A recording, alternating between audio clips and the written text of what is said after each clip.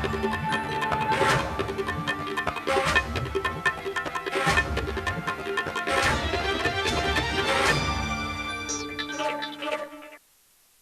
आप देख रहे हैं न्यूज इंडिया। मैं शेखर त्रिवेदी।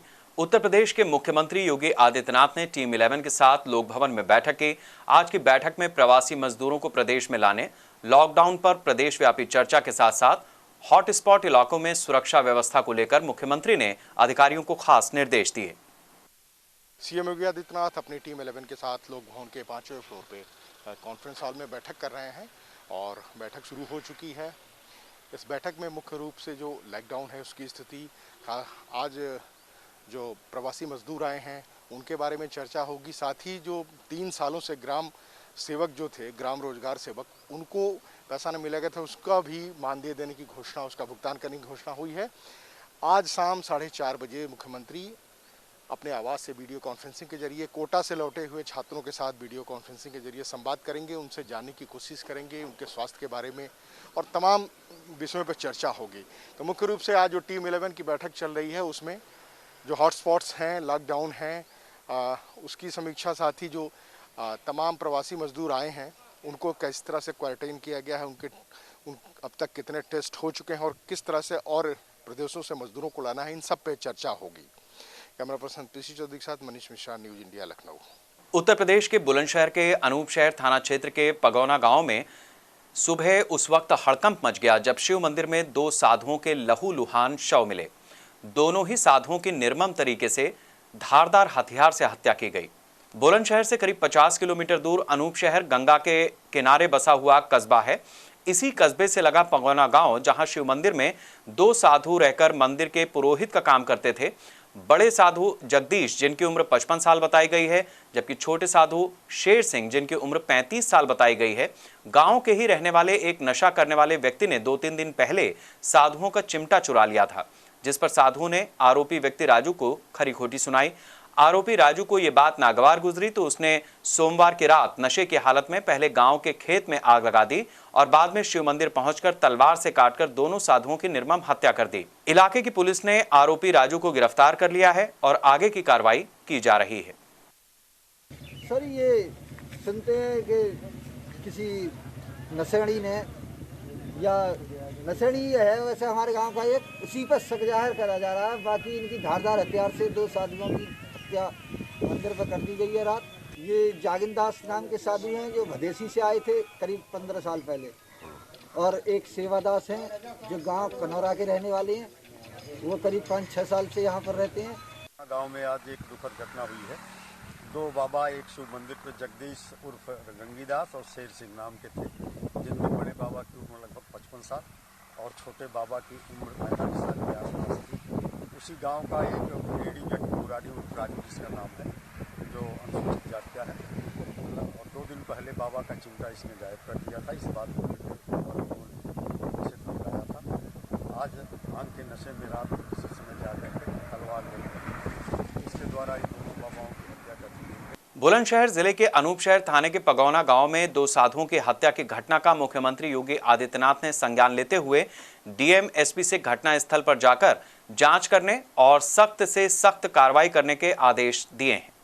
मुख्यमंत्री योगी आदित्यनाथ ने बुलंदशहर के अनूपशहर थाना अंतर्गत पगौना गांव में हुई 2 साधुओं की हत्या की गंभीरता से लेते हुए उसे संज्ञान लिया है और तुरंत वहां के वरिष्ठ पुलिस अधीक्षक बुलंदशहर और डीएम से बात करके उन सब अधिकारियों को पगौना गांव पहुंच के पूरे मामले की विस्तृत रिपोर्ट देने को कहा है और साथ ही कहा है कि किसी भी तरह की कोई भी कोताही नहीं होनी चाहिए और सख्त से सख्त, जितना सख्त कार्रवाई हो सकता है वो की जाए। और पूरी रिपोर्ट को मुख्यमंत्री ने तलब की है और हो सकता है कि इसके आगे भी कुछ और गंभीर कार्रवाई हो सकती है।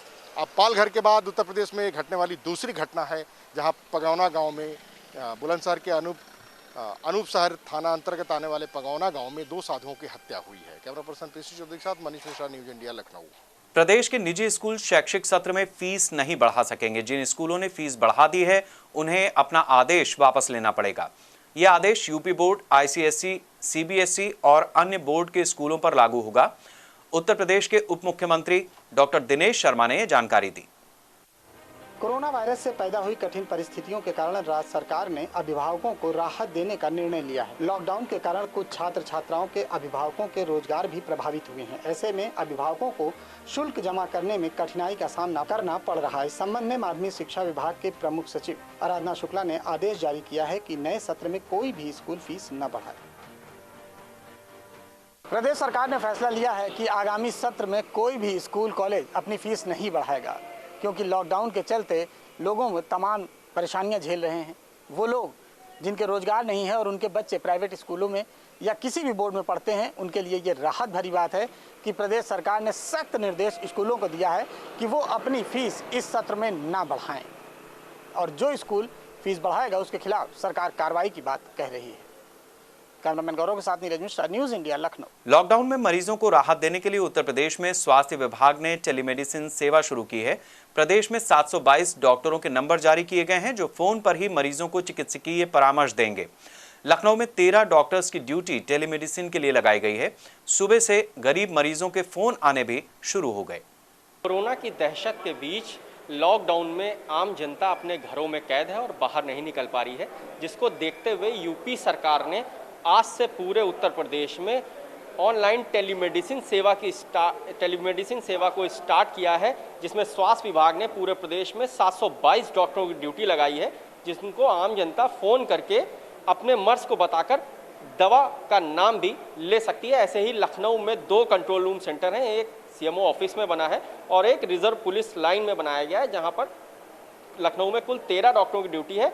हम यहां इस समय पुलिस लाइन के कंट्रोल रूम सेंटर में खड़े हैं, जहां पर 6 डॉक्टरों की ड्यूटी लगाई है और इन डॉक्टरों के नंबर प्रशासन ने सार्वजनिक किए हैं और स्वास्थ्य विभाग का दावा है कि आम जनता को राहत पहुंचाने के लिए मरीज लगातार डॉक्टरों को फ़ोन कर सकते हैं और फ़ोन करके अपना मर्ज बताकर दवा भी कर सकते हैं। हमारे साथ डॉक्टर अरशद अंसारी हैं, जिनका नाम लखनऊ के 13 डॉक्टरों की सूची में शामिल है और इनके पास सुबह से मरीजों के फ़ोन आ रहे हैं।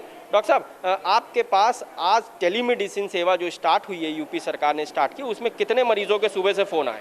आज सुबह से मेरे पास अप्रॉक्सीमेट 7 to 8 फ़ोन आ चुके हैं। लखनऊ से भी आए हैं और अदर डिस्ट्रिक्ट से भी आ रहे हैं। मरीजों की क्या दिक्कतें हैं, क्या आपसे पूछ रहे हैं? किस प्रकार की दवाओं की ज़्यादा जो है मतलब मांग है?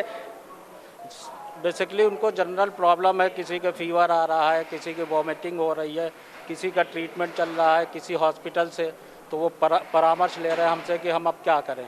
बाकी हमसे जो परामर्श हो रहा है हम उनको जो है अब प्रोवाइड करा रहे हैं। आप चिकित्सीय परामर्श दे रहे हैं, साथ ही साथ कोरोना की एक दहशत भी आम जनता के मन में है, तो उससे रिलेटेड भी प्रश्न जाहिर सी बात है कि डॉक्टरों से पूछे ज़रूर जाते होंगे, तो इस पर क्या ऐसे भी फ़ोन कॉल्स आ रहे हैं? अभी तो हमारे ही सर पर्सनल फ़ोन पे तो ये नहीं आ रहे हैं, लेकिन जो इंटीग्रेटेड कोरोना कंट्रोल रूम है वहाँ पे इस नंबर से फ़ोन आ रहे हैं। वो जो बोल रहे हैं कि साहब मेरे गले में प्रॉब्लम है, ये है, मुझे कोरोना तो नहीं है, मुझे ये तो नहीं है, तो उनको हम लोग सलाह मशवरा परामर्श दे रहे हैं।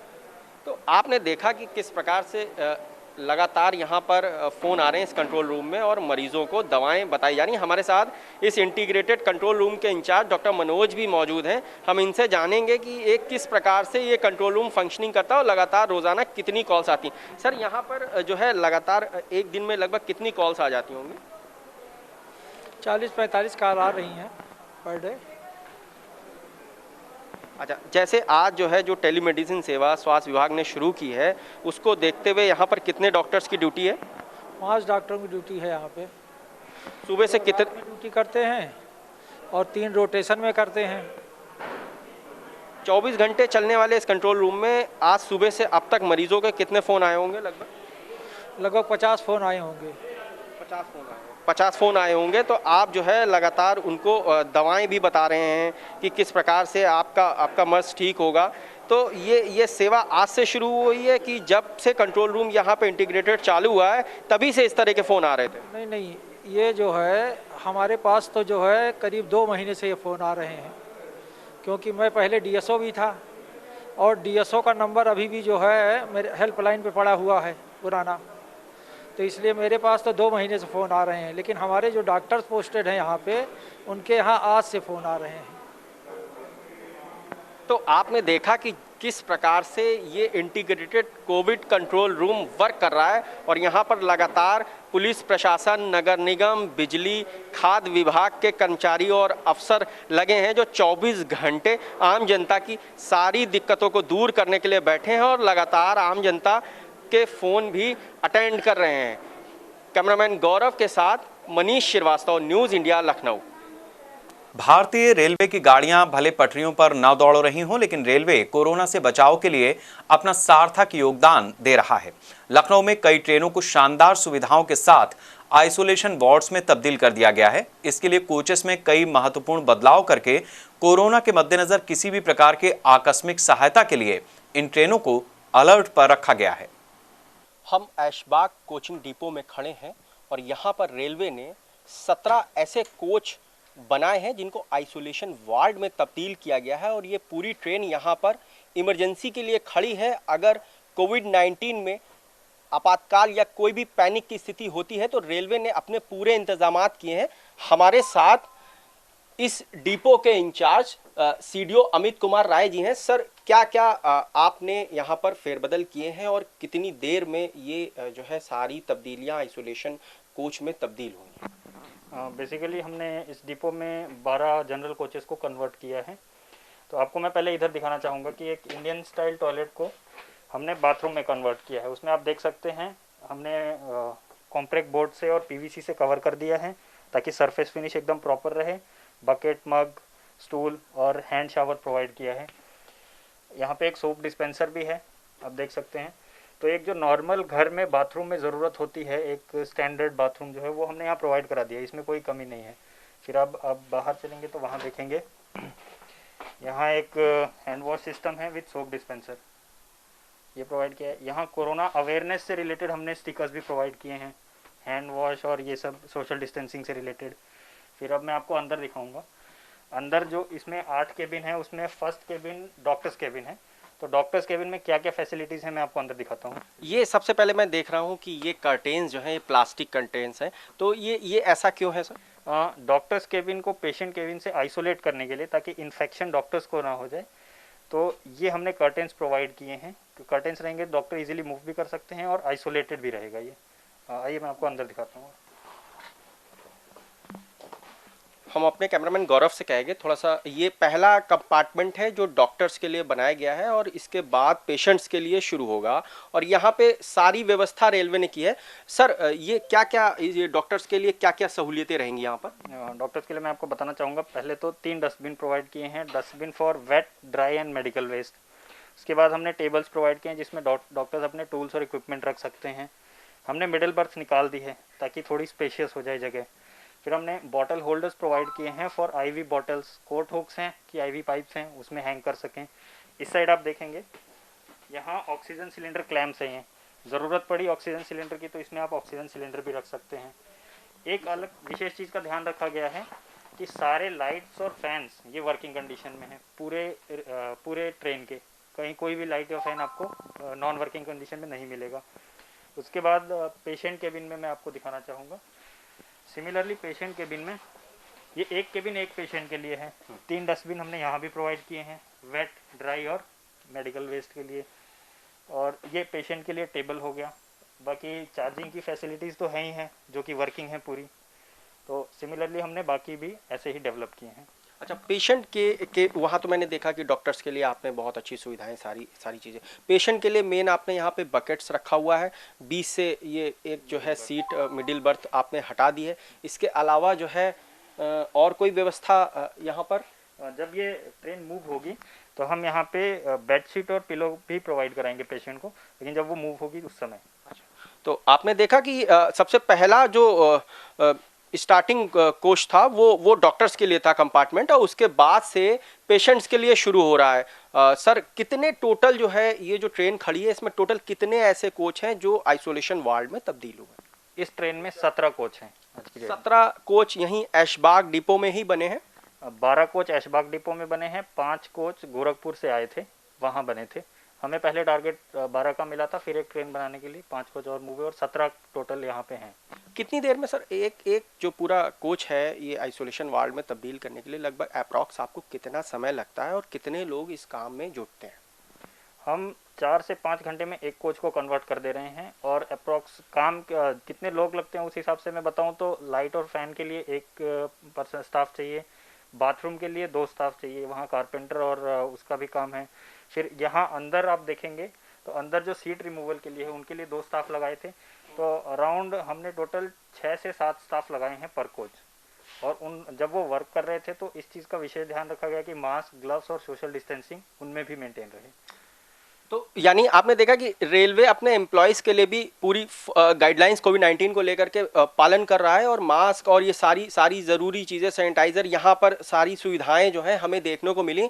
और आप लगातार देख रहे हैं कि ये जितने भी यहाँ पर डिब्बे हैं रेलवे ने उसको पूरी बीच की मिडिल की बर्थ हटा करके उसको आइसोलेशन कंपार्टमेंट में तब्दील किया हुआ है और बहुत शानदार व्यवस्था है ऐशबाग डिपो में। लगभग सर ये जो आपने पूरा बनाया है ये गाइडलाइन क्या रेलवे बोर्ड से आई थी और कौन इंस्पेक्शन करता है? ये जो गाइडलाइंस थी एक स्टैंडर्ड गाइडलाइंस आई है रेलवे बोर्ड से कि क्या क्या फैसिलिटीज़ हमें प्रोवाइड करनी है। तो जब गाइडलाइंस आई तो हमने स्ट्रिक्टली गाइडलाइंस को फॉलो किया, सारी चीज़ें एडहेयर की और उसके बाद मेडिकल डिपार्टमेंट ने इसका इंस्पेक्शन भी किया है और मेडिकल डिपार्टमेंट में इसको अप्रूव भी किया है कि ये यूजेबल है पेशेंट्स के लिए। अच्छा सर, ये जैसे जो है और ये लास्ट हो गया, इसी तरह के यहाँ पर 17 कोच होंगे। इसमें एसी भी कोच है? एक एसी कोच है, वो बेसिकली मेडिकल स्टाफ के लिए है, अगर वो रात को यहाँ रेस्ट करते हैं तो उनके लिए वो एक एसी कोच प्रोवाइड किया गया है। अच्छा, हम ये देख रहे हैं कि यहाँ पर ये आपने नेट भी लगाया हुआ है, ये क्या मॉस्किटो से जो है सेफ्टी के लिए है? जैसे बेसिकली ये अगर कोचेज जहाँ खड़े होंगे तो स्टैंडिंग में थोड़ी सी प्रॉब्लम ये आती है कि फ्लाइज और मॉस्किटोज़ की, तो उसके लिए हमने ये मॉस्किटो नेट प्रोवाइड कर दिया है कि फ्लाइज और मॉस्किटो और अंदर का माहौल भी थोड़ा हाइजीनिक रहे, क्योंकि जहाँ फ्लाइज आती है माहौल थोड़ा अनहाइजीनिक हो जाता है। तो हाइजीन मेंटेन करने के लिए और पैसेंजर सेफ्टी के लिए ये हमने प्रोवाइड किया। ये सर ऐशबाग डिपो में कब से बनने शुरू हुए हैं और पूर्वोत्तर रेलवे में अभी तक कितने ऐसी जो है ट्रेन्स बनाई गई हैं जो आइसोलेशन ट्रेन में तब्दील हुई हैं? ऐशबाग डिपो में हमने 6 अप्रैल से बनाना शुरू किया था और 10 अप्रैल को अपना टारगेट कंप्लीट कर दिया था। पूर्वोत्तर रेलवे ने टोटल 217 कोचेस बनाए हैं। पूर्वोत्तर रेलवे ने 217 कोचेस बनाए हैं। दिल्ली में एक सैंपल बनाया गया था जिसके बाद ही वो मॉडल पूरे देश में अप्लाई किया गया और रेलवे लगातार जो है भले ही पटरियों पर उसकी ट्रेनें नहीं नज़र आ रही हैं लेकिन अपनी जिम्मेदारी को बखूबी निभा रहा है और कोविड-19 से लड़ने के लिए आपातकालीन जो है स्थिति का सामना करने के लिए उसने अपनी ट्रेनों को आइसोलेशन कोच में तब्दील किया है। तो अभी ये जो ट्रेन यहाँ पर खड़ी है सर, क्या इसको अभी मतलब रवाना करने के लिए या कहीं और भेजने के ऐसे कोई निर्देश आए हैं क्या? अभी ये स्टेट एडमिनिस्ट्रेशन और railway administration higher authorities decide करेंगी कि जहां इसकी रिक्वायरमेंट होगी as per guidelines of state administration, वहां रेलवे एडमिनिस्ट्रेशन इसको भेजेगा। ये रेडी टू मूव है, जिस मोमेंट पे हमें निर्देश होगा यहाँ से इसको हम मूव करा देंगे। तो आपने देखा कि किस प्रकार से ऐशबाग डिपो में ये ट्रेन खड़ी हुई है और ये बिल्कुल रेडी टू मूव है। 17 कोचेस इसमें लगे हैं। जो ट्रेन के परंपरागत डिब्बे हैं उनको आइसोलेशन कोचेस में तब्दील कर दिया है और इसमें यहाँ की पूरी टीम लगी है। यहाँ के सीडीओ जो है अमित कुमार राय के दिशा निर्देशन में ये पूरी ट्रेन जो है तैयार हुई है और ये यहाँ पर एक जो है रक्षक नाम से इस ट्रेन का नाम रक्षक है, रक्षक नाम दिया गया है और वास्तव में बहुत ही प्यारा नाम है क्योंकि ये जो है कोविड-19 के पेशेंट्स के लिए संदिग्ध रोगियों के लिए वास्तव में उनकी रक्षा करेगी, उनको आइसोलेट करेगी और देश को कहीं ना कहीं रेलवे ने एक बहुत अच्छी सहूलियत दी है। अपनी ट्रेनों को आपात स्थिति में तैयार करने के लिए उनको आइसोलेशन कोच में तब्दील किया है। इसके लिए रेलवे की जितनी भी भूरी प्रशंसा की जाए वो जो है कम ही होगी। कैमरामैन गौरव के साथ Manish Srivastava, news India, Lucknow. Corona संक्रमित मरीज कोरोना बीमारी के भय को डांस से भगाने का प्रयास कर रहे हैं। जनपद बहराइच से ऐसा ही वीडियो वायरल हुआ है जहां कोरोना आइसोलेशन वार्ड में भर्ती संक्रमित मरीज गाने पर मस्ती से डांस करते हुए दिखाई दे रहे हैं। डांस कर रहा ये कोरोना संक्रमित मरीज कहता है कि कोरोना कोई गंभीर बीमारी नहीं है, हमें कोई तकलीफ नहीं है और ना ही हमें इससे कोई परेशानी है। बस जितना जल्दी हो सके हमें यहाँ से डिस्चार्ज कर दिया जाए। हम कोरोना को भगाने के लिए दिल खोलकर डांस कर रहे हैं। ये वायरल वीडियो जनपद बहराइच के चितौरा का है। यहाँ पर 22 अप्रैल को कोरोना पॉजिटिव 9 मरीज भर्ती किए गए थे जिनका इलाज किया जा रहा है। हालांकि इन मरीजों की इस स्थिति को देखकर अस्पताल प्रशासन थोड़ा राहत भी महसूस कर रहा होगा। एक तरफ जहां कोरोना की वजह से अन्य जनपदों में गंभीर स्थिति और संक्रमित मरीजों के मरने की खबर आ रही, तो वहीं जनपद बहराइच में कोरोना मरीजों का यह डांस एक अलग ही संदेश दे रहा है। एक तरफ जहां डॉक्टर कोरोना के संक्रमण से बचाव का रास्ता खोज रहे हैं, तो वहीं दूसरी तरफ कोरोना संक्रमित मरीज अपने डर को भगाने के लिए डांस का सहारा ले रहे हैं। तस्वीरें बहराइच से सामने आई हैं। यहाँ पर कोरोना संक्रमित मरीज नाच गाकर कोरोना के डर को भगा रहे हैं। कैमरामैन गौरव के साथ नीरज मिश्रा, न्यूज़ इंडिया, लखनऊ। कोविड-19 यानी कोरोना जैसी महामारी के चलते देश में लॉकडाउन है। चीन में कोरोना जैसी बीमारी चमगादड़ों की वजह से फैली, ऐसी चर्चा है। वहीं यूपी के गोंडा में भी लोग अपने घरों में बैठे हैं। जिले के सदर तहसील क्षेत्र के सिमरा दम्मन के शेखापुरा गांव में ग्रामीण दहशत में जीने को मजबूर हैं। गांव के बाग में हजारों की संख्या में चमगादड़ों के आने से गांव में दहशत का माहौल है। गांव वाले इन चमगादड़ों को भगाने के लिए धुआं फैलाते हैं, लेकिन धुआं खत्म होते ही ये चमगादड़ वापस आ जाते हैं, जिसकी वजह से पूरा गांव दहशत में है। फिलहाल वक्त है एक ब्रेक का।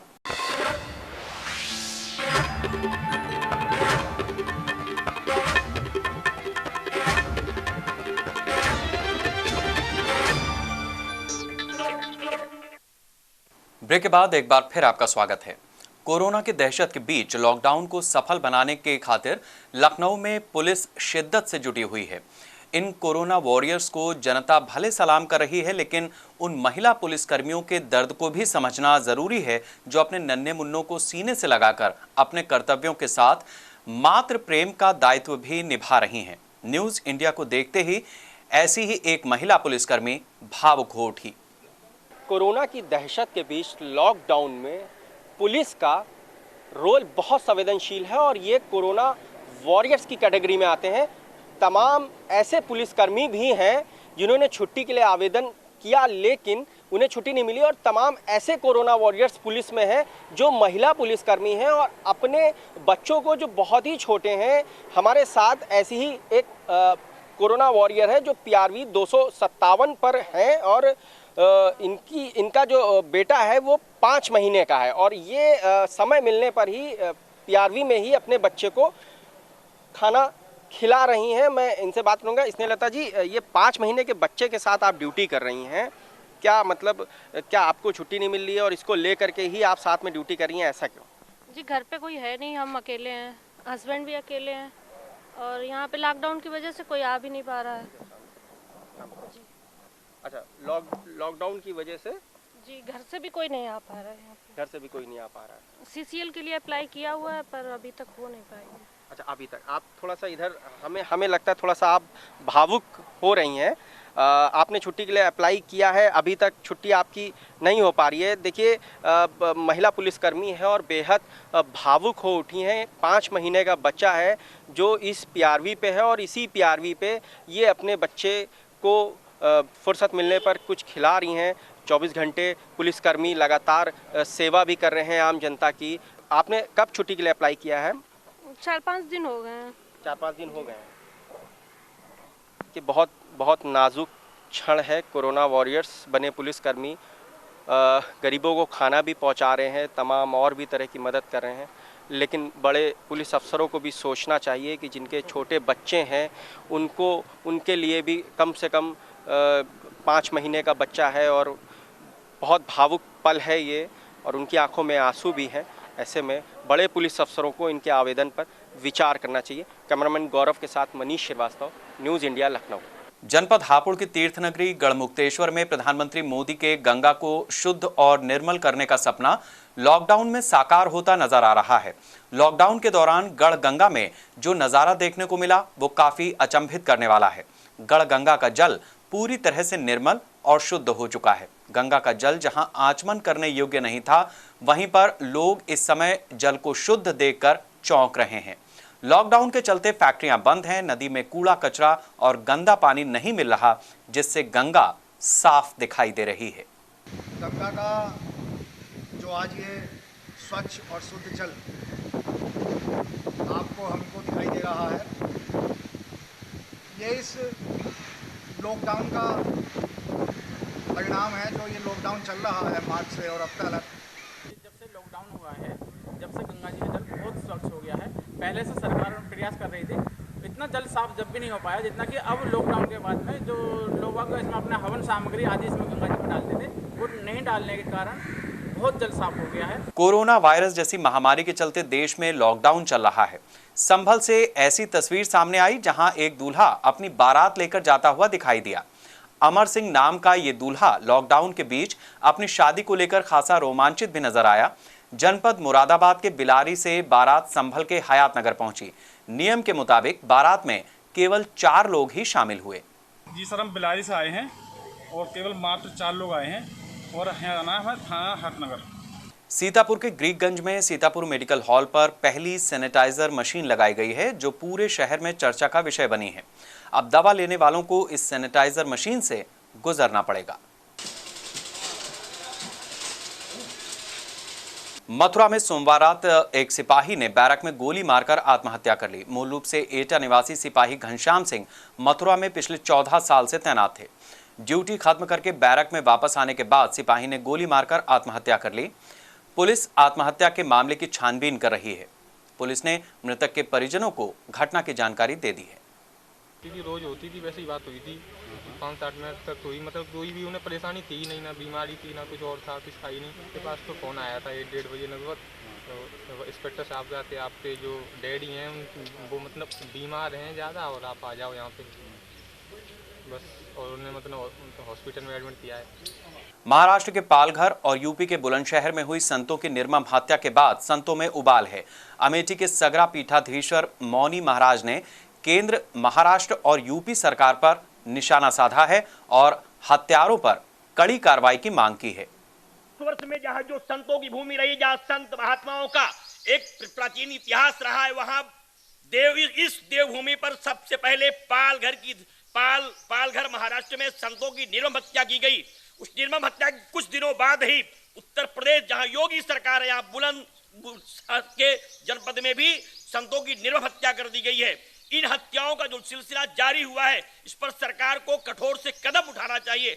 देश की और प्रदेश की सरकारों को इस पर कठोर कार्रवाई करते हुए देश के माननीय प्रधानमंत्री और उत्तर प्रदेश के माननीय मुख्यमंत्री को कठोर कदम उठा करके तत्काल कार्रवाई करनी चाहिए। क्योंकि जिस तरीके से संतों पर आक्रमण हो रहा है, संतों की निर्मम हत्याएं की जा रही हैं, हत्याओं का जो निर्मम स्वरूप दिखाई पड़ रहा है, इससे पूरे समाज में बहुत हताहत की भावनाएं पैदा हुई हैं। संत असुरक्षित महसूस कर रहे हैं। प्रयागराज में पढ़ने वाले छात्र छात्राओं को उनके गृह जनपद भेजने का सिलसिला शुरू हो गया। पहले चरण में 9 जिलों के छात्र छात्राओं को उनके गृह जनपद भेजा गया है।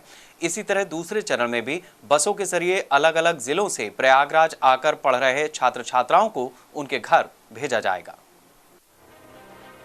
प्रतियोगी परीक्षाओं की तैयारी करने वाले छात्र छात्राएं इस समय प्रयागराज में फंसे हुए। ऐसे में योगी सरकार प्रयागराज में फंसे हुए छात्राओं को उनके घर भेजने का काम कर रही है। इस संबंध में जिलाधिकारी भानुचंद्र गोस्वामी ने कहा कि शहर में अध्ययनरत विभिन्न जनपदों के छात्र छात्राओं की बड़ी तादाद है। काफी विद्यार्थी घर जा चुके हैं, मगर जो फंस गए हैं उनके लिए रोडवेज की बसें लगाई गई हैं। सोमवार देर रात और मंगलवार सुबह से ही छात्र छात्राओं को उनके जिलों की ओर रवाना किया गया।